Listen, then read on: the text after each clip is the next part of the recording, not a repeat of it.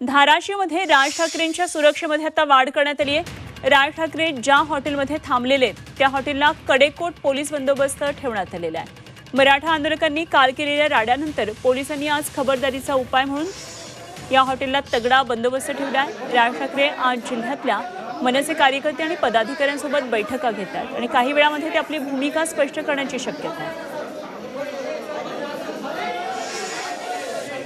महाराष्ट्र नवनिर्माण सेनेचे अध्यक्ष राज ठाकरे यांच्या धाराशिव दौऱ्याचा आज दुसरा दिवस आहे आणि काल राज ठाकरे यांनी सोलापूरमध्ये जे मराठा आरक्षणासंदर्भात वक्तव्य केले होते त्याचे पडसाद कुठेतरी काल राज ठाकरे यांच्या धाराशिव जिल्ह्यामध्ये पाहायला मिळाले।